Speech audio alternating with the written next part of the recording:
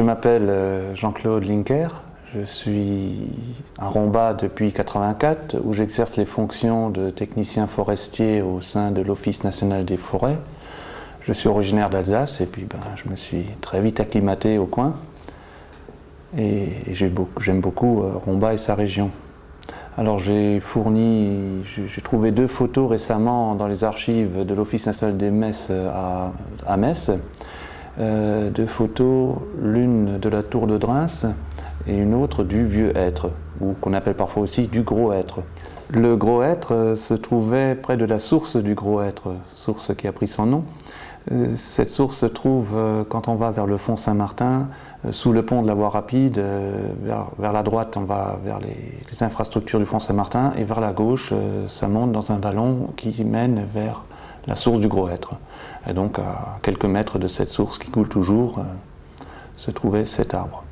Ce gros hêtre donc a été trouvé en 1930-36.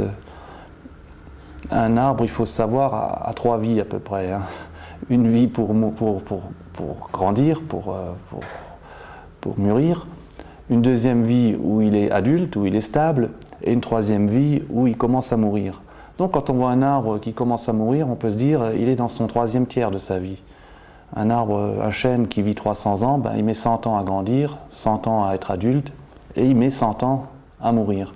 Donc parfois, quand l'arbre est au bout du rouleau, on a encore un bon délai avant de vouloir l'abattre et de se sécuriser. Par contre, un arbre complètement pourri au bout de 300 ans, vouloir le bétonner, ce serait presque de l'acharnement thérapeutique, ça ne sert à rien. Donc un arbre reste un monument vivant, donc pas éternel.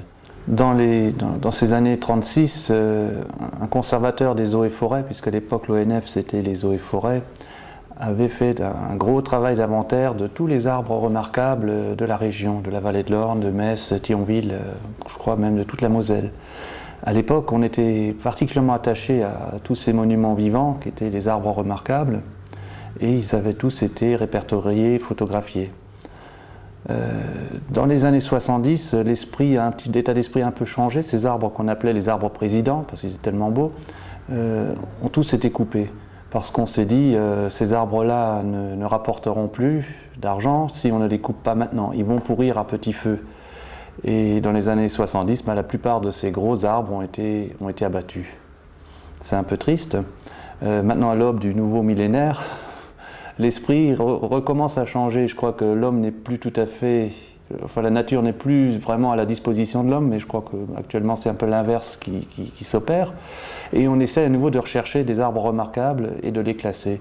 Et actuellement, l'Office national des forêts recherche un petit peu partout de nouveaux arbres présidents pour les mettre en valeur, les ceinturer, les faire connaître, les photographier. Dans 30 ans, si on continue à couper nos forêts telles qu'on les coupe dans les forêts tropicales, équatoriales, l'effet de serre qui va en sortir, on est en train de bouleverser le climat, on est en train de bouleverser notre santé.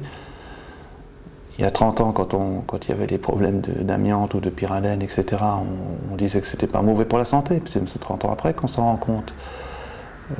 Qu'est-ce qu'on est en train de faire actuellement qui va nous tuer dans 30 ans? Ça, c'est assez angoissant.